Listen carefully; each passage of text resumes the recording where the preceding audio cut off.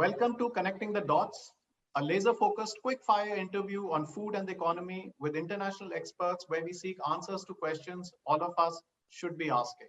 I'm Ajay Jakhar, Chairman Bharat Krishak Samaj of Farmers Forum India. And today we are delighted to welcome Mr. R S Sodhi, CEO Amul India, the most famous dairy we have. Thank you, Sodhi sir, for joining us today. Thank you, Ajay ji. Thank you very much. The Indian population and the economy are expected to stabilize by 2050. From where we are today, how do you foresee the per capita milk consumption, availability, and production in 2050? And what are the steps required to achieve a level of comfort on both these counts? Well, Ajay ji, very good question you asked, especially if you're talking about food and the livelihood for the farmers. Today, if you see, let us talk about world. World population is around 7.3, 7.4 billion, and by 2050, it will be 9 billion or slightly more. India today is 1.37, and I think by 2050, it should reach to around 1.65 or around that billion.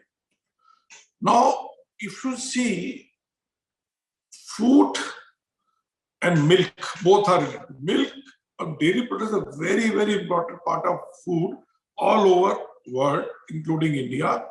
And food basically meets the protein, fat, and vitamins requirement of the complete food chain. So what we have seen everywhere, all over the world, gradually consumption of carbohydrate through cereal is reducing, whereas consumption of fat and protein through animal source is increasing. So population, if it is increasing around 1%, consumption of protein and fat is increasing at the rate of 4.8%. And same is the case in India. And reason is simple, especially for the Asian or Far East countries, as the income level of prosperity is growing, people are spending more and more on carbon and protein-rich diet. So India, which is today, we are producing around 200 million metric ton of milk, around 427 gram per person per day. Let me tell you, and till mid-70s, it was only 100 gram per person. So you can imagine that in the last 45, 46 years, our per capita consumption has increased, multiplied by 4 times. So I'm not saying next 40 years again it will, but the way our income is increasing, the way our food habits are upgrading. So per person requirement by 2050 will be around 920 gram.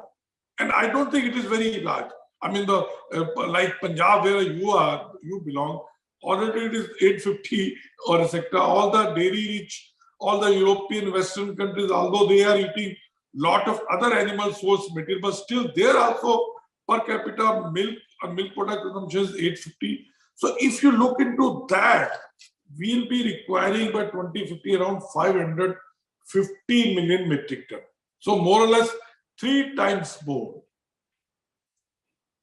So that way it is good. One thing is very good is this is animal source protein or fat is also very relative and stable source of livelihood for the rural India. Second is one also has to understand, with more and more urbanization taking place all over the world. India, we may be saying today 70% or 68% people are rural and 30% urban, but 2050 it will be around half. 50% people will be in rural and 50% will be urban, around that. So what that means? There will be more mouths to feed and less hands to produce. I think the biggest problem which most of the nations in the Southeast countries and Far East Asian countries are going to face is the food security. And India is going, because we know, and you also know, you are advocating that issue. day by day, farming is becoming unglamorous, not attractive to the next generation of the youth. Everybody wants to consume food. Nobody wants to grow the food. Food, I mean anything, whether plants or the animal source. So that is going to be the biggest worry for the nation, that is the food security for the more than 9 billion people of the world. So I think in coming time, we have to see how to make food growing, whether animal source, whether attractive, and also more towards protein and fat rich, where demand is going to come. Government has enforced mandatory fortification of food. Next in line could be milk. What are your views on these developments? I mean, the fortification is another big propaganda being propagated and being lobbied by the Western interests, not only in India, all the developing countries where population is more and where these people are looking for their Western interest or maybe selling more of the ingredients of the fortification.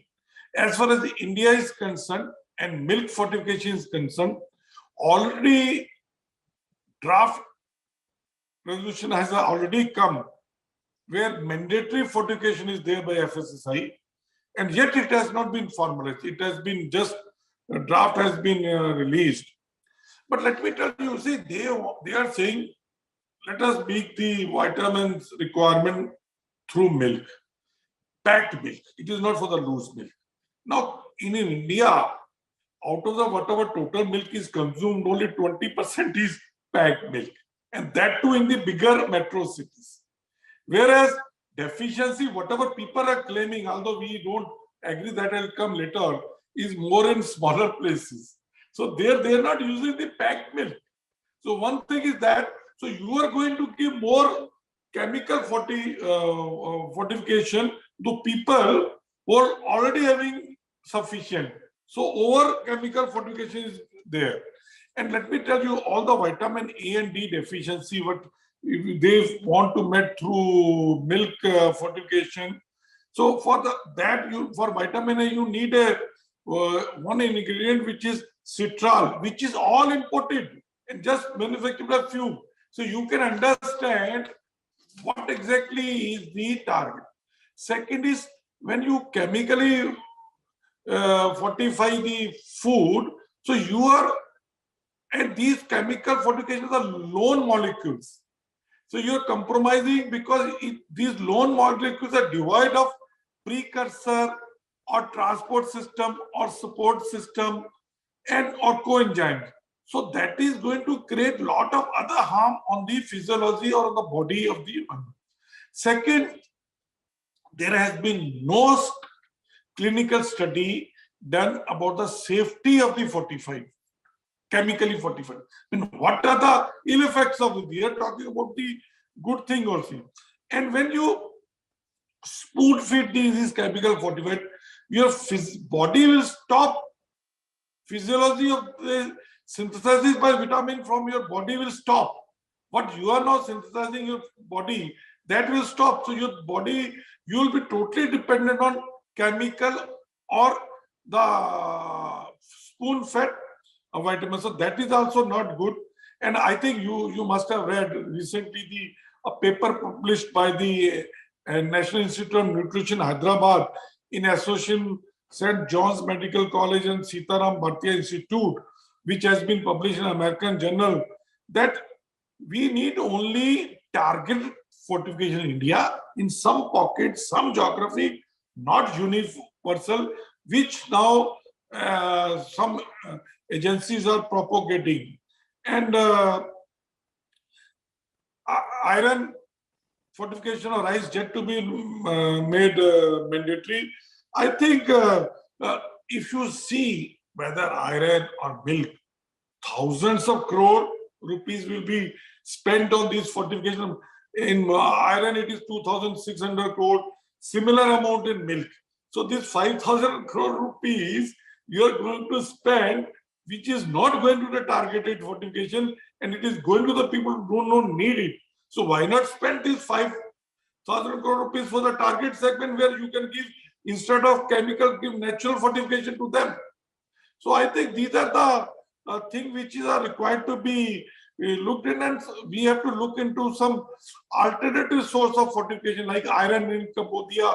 They said while cooking food, you hang this iron fish. I mean, during old days also we used to cook food in the iron utensils, and because of change in lifestyle, we have that in, and now people are saying there is iron deficiency. I think we have to see actually what is the reality at the ground, instead looking to data cooked up by the Western interest. Very good point. And what Sodhi Saab you're saying is basically that we have vested interests, and they could be in terms of private philanthropists, private civil society, and NGOs, which should not be getting into the policy space. Bilkul, that is not their arena. They should not get into policy. If they feel India is the deficient, they should spend money on improving the nutrition of that class instead of changing the policy. Which gets us to the next question, which is many organizations are demanding a minimum purchase price for farm produce. What would be the official position of Amul on a minimum price for procurement of milk applicable for institutional buyers only? Well, Ajay Jakarji, my stand on this after working for more than 40 years in the farmers organization, which is owned by 3.6 million, may be different than the some of the farmers association or whatever farmers group. See, firstly, I feel anything you produce, it has to match demand and supply. Other imbalance is going to come, and something is going to be surplus, something is going to be deficit. Like in today's Indian agriculture, we may be having surplus of some produce, and the other side we are spending thousands of crore rupees in importing some agriculture produce like edible oil or pulses. Second is, you have to understand milk is not like wheat or paddy or anything. It is a perishable. If you want to say the minimum purchase price is this, so one has to, there should be somebody who can purchase. Who will purchase it? I mean, today, if I'm an industry and if I feel that price of milk is this, which is not remunerated to me to value add and sell, why should I purchase? And what will farmer do? Where will go? Let me tell you, government cannot purchase milk and store it like wheat through FCA, etc. So that is, I think that is not practicable also. And that is also not recommended also, because once you bring government in deciding purchase, they will also decide the sale price. Okay. And let me tell you, there is no subsidy in purchase or sale of milk anywhere except Karnataka, etc., where that is also we are not in very favor. So if you want dairy to grow, let it grow its own merit, demand and supply. Let it grow in the supply chain efficiency. Let it grow by the organization of dairy industry by investing in this category so that people consume more. People should understand. Otherwise, nobody will bother about enlarging the category, marketing the category, or in communicating about how good is the milk or milk product. Then everybody will show the price, and who will hold the baby? And let me tell you, whatever MSP you say, milk or anything, kitty is same. Government of India has got the same kitty what they collect taxes and other things from us. So if you spend more in one thing, you are going to spend less on other building of agriculture infrastructure or things like a dairy sector where you can make permanent thing. I mean, recently, example, if you go in India, animal husbandry is contributing around 28% to the agriculture GDP. And if you see the central or state budget is not more than 3 to 4%. So that disparity is there. Why not invest where incomes are more? So I think one is to look into this other than the MSP. Valid points, valid points. And Sodhi sir, we come to the next question, which is India did not sign the regional trade agreement like the Regional Comprehensive Economic Partnership, which RCEP. There are international pressures to allow for milk imports into India. What are your views on it? Very right step with government we have taken, not entering into the signing of the RCEP. Reason is simple. Well, you see, firstly, in other countries, dairy is a business. In India, it is a livelihood for more than 100 million, mainly the poor landless farmers. Second is India dairy is not subsidized. I mean, if you take example of USA, more than $40 billion subsidy, indirect subsidies are there. So most of the countries, the subsidies are there, or the country like New Zealand, farmers having free land of 1,000 acres, so there they just send the cattle for grazing and then milk it. So their cost of production. So Indian farmer with two animal account can't compete with the rich farmers of these dairy rich countries. And second is, if you allow imports and then our farmer, where our farmer will go? I'm asking simple. I mean, you are more worried about the 10,000 farmers of USA than the 100 million farmers of India. What employment you can give them? What other source of livelihood you can give? And India, second is, like I said in the beginning, this is a more question of food security. The India population is 1.35 and then which will be 1.7 billion. You have to be secured, and milk is very important part of food. So we have to produce locally. We can't do like our edible oil, where we just to provide cheap edible oil, we reduce duties to 0 or 5, and now we know the consequences. 75,000 crore rupees of edible oil we are importing. So I think what whole world is looking at what India has achieved in milk. So once we are growing like this, why to tinker with it? When things are working well, whole world is saying, feeling envy of us, you have done a wonderful job in milk. So why you want to change it? In light of the climate emergency that the world faces today, what is your opinion on the requirements to reduce the environmental footprint of cattle in India, more specifically on methane emission? I think this point has been raised again by more and more people at the international level. Because I was just 4 days back, I was at Copenhagen with the International Dairy Federation. There also this point was discussed about sustainability. And I think, like anybody else on this earth, I'm also in favor that it is our duty that we have to preserve this earth and environment and climate, and we have to give to the next generation in a good shape that they can enjoy, they can live. And it is everybody's responsibility, not only of one particular farmer having 2 cows or buffalo. Please mind it. And sustainability has got only different meanings on interpretation by the different people. First, if you talk to a farmer with 2 animals or landless farmer, for him sustainability is livelihood. He wants to earn and at the day to feed his children or to educate them. For him, that is sustainability. If you talk to any nation where 1.35 billion people are there, for them the first point in sustainability is food security and providing employment. And if you talk to any industry, for them sustainability means earning something at the end of the day. And now you come into the major point which people have hijacked sustainability is by environment people, and it is rightly said. We all should be right. In fact, we are doing a number of jobs to protect the environment and how to reduce the methane and other thing. But let me tell you, I'm just asking you, Mr. Ajay, this earth is owned by 7 billion people, and we have got equal right.